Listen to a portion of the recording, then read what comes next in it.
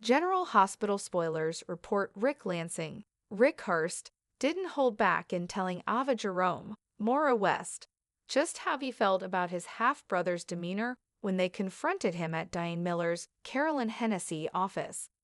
Ava was hopeful that Sonny would concede to her demands on their custody arrangement, but the mob boss wasn't having it. That being said, he said very little. The stress of the exchange clearly had an effect on Sonny, and from the outside looking in, it seemed like he managed to keep his mouth shut. But Rick and Ava both know that's not like him.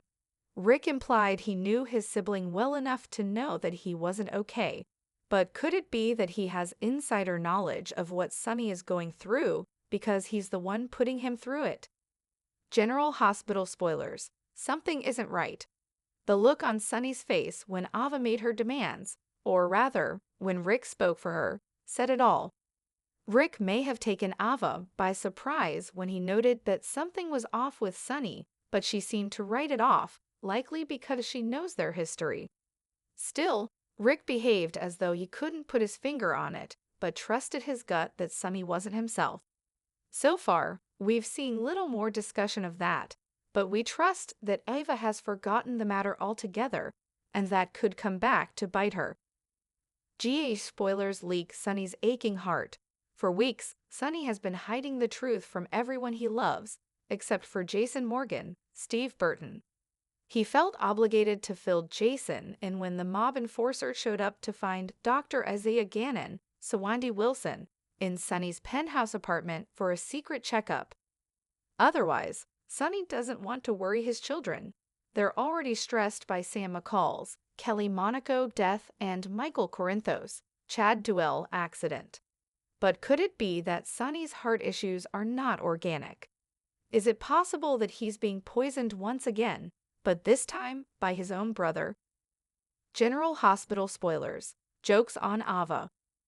While it seems all too coincidental that the son is suffering from problems with his ticker, while Cyrus Renault, Jeff Kober, is running around causing drug-induced heart attacks, many fans don't think Cyrus is behind Sonny's health problems.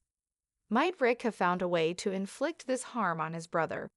If that's the case, it could be the epic and ultimate takedown he's been chasing for decades. As for Ava, who was already problematic last year in letting Sonny take his meds when she knew they were placebos, she could end up blamed for Rick's medical mess. The tension in Diane Miller's office was thick enough to slice with a knife.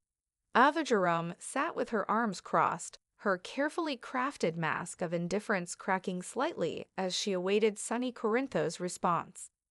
But Sonny said nothing, not a word. He simply stared, his dark eyes hooded, his jaw locked as if he were holding something back, something more than just words. Rick Lansing, never one to miss an opportunity, smirked as he leaned forward. That's it? No threats? No insults?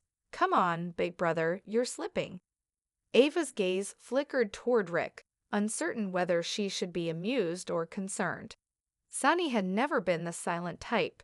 In fact, his words were usually sharp enough to cut through any pretense. But today, something was different. Maybe he's just learning to pick his battles, Ava mused, though the statement felt hollow even to her. Rick chuckled, shaking his head. No, this isn't strategy. This is something else. He narrowed his eyes, his lawyerly mind running through possibilities. You're not well, are you, Sonny? Sonny's hands twitched, his body betraying what his words would not. Diane glanced between the men, her usually unreadable expression betraying a flicker of concern. But before she could interject, Sonny stood abruptly, his chair scraping against the floor. We're done here, he muttered, his voice hoarse. Without another word, he turned and strode out the door, leaving a stunned silence in his wake. Ava exhaled, rolling her eyes, dramatic as always. But Rick wasn't so quick to dismiss his brother's behavior. He tapped a finger against his chin, his expression thoughtful. He's hiding something, and I intend to find out what. Sonny barely made it to his penthouse before the dizziness hit him full force. He gripped the edge of the counter, blinking hard against the swirling vision before him. His heart pounded erratically in his chest, each beat a painful reminder that something was very, very wrong. Jason Morgan stepped into the room just in time to see Sonny sway. Without hesitation, he was at his boss's side, steadying him. "Sit down," Jason ordered, his tone leaving no room for argument. Sonny resisted for all of 2 seconds before he collapsed onto the couch, sweat beading on his forehead. Dr. Isaiah Gannon emerged from the kitchen, a medical bag in hand. "It's getting worse," the doctor observed grimly. Jason folded his arms. "What's causing it?" Dr. Gannon shook his head. "I can't say for sure without more tests, but this isn't just stress or exhaustion. Something is affecting his heart directly." Sonny gritted his teeth. "I don't have time for this." Jason kneeled beside him. "You don't have a choice. If something's wrong, we need to know." Sonny's head fell back against the couch, his breath coming in shallow bursts. Jason had been the only one he confided in about the episodes. He couldn't afford to show weakness in front of his enemies or his allies. But deep down, he knew Jason was right. Someone was doing this to him, and he had a sinking suspicion that Rick Lansing had everything to do with it. Meanwhile, Rick sat in his office, a glass of scotch in hand, his mind replaying every interaction he'd had with Sonny in the past month. The changes had been subtle at first, an extra pause before speaking, a slightly slower stride, a hesitation in his usually sharp comebacks. But now it was undeniable. Sonny was falling apart. A slow smirk curled on Rick's lips as he traced the rim of his glass. It had taken careful planning, meticulous execution, and just the right touch of plausible deniability. But it was working. He reached into his desk, pulling out a small vial filled with a clear liquid. The perfect poison, undetectable, insidious, and slow enough to mimic a natural heart condition. The ultimate justice. Rick had spent years watching Sonny rise, untouchable despite his sins. He had stood in the shadow of his half-brother's empire, playing second fiddle to a man who didn't deserve the power he wielded. But now, Sonny was vulnerable, and soon he would be gone. Ava had long since learned to trust her instincts, and something about Rick's reaction to Sonny's silence gnawed at her. At first, she dismissed it as sibling rivalry. Rick had always had a vendetta against Sonny, always looking for ways to one-up him. But there was something about the way he had looked at Sonny, like a man who had already won the war. She wasn't sure why it bothered her. After all, she had no love lost for Sonny herself. He was an obstacle, a thorn in her side, a man who held too much control over her daughter's life. And yet she wasn't blind to the bigger picture. If Sonny went down, there would be chaos. And Ava hated chaos when she wasn't the one controlling it. It was time to start asking questions. Days passed, and Sonny's condition worsened. The episodes became more frequent, more intense.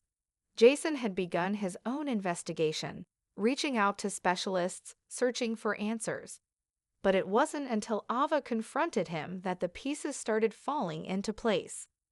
"You think Rick has something to do with this?" Jason asked, skeptical. Ava nodded. "I don't have proof, but I know Rick, and I know that look he had. He wasn't just speculating, he knew something." Jason considered her words carefully. If Rick was behind this, they needed evidence, and fast. The trap was set. Jason and Ava worked together, using Ava's access to Rick's office to plant a hidden camera. It didn't take long for their patience to pay off. The footage showed Rick, alone in his office, holding the vial, speaking to himself in a triumphant whisper. "Goodbye, Sonny." It was all they needed. Jason wasted no time. The next morning, Rick found himself face to face with his worst nightmare, Jason Morgan in his office, gun in hand, fury in his eyes. Rick barely had time to smirk before Jason's fist connected with his jaw, sending him sprawling to the floor. "You think you're smart," Jason growled. "You think we wouldn't find out?" Rick coughed, wiping blood from his lip. "What are you going to do, Jason? Kill me?" Jason pressed the barrel of his gun against Rick's forehead.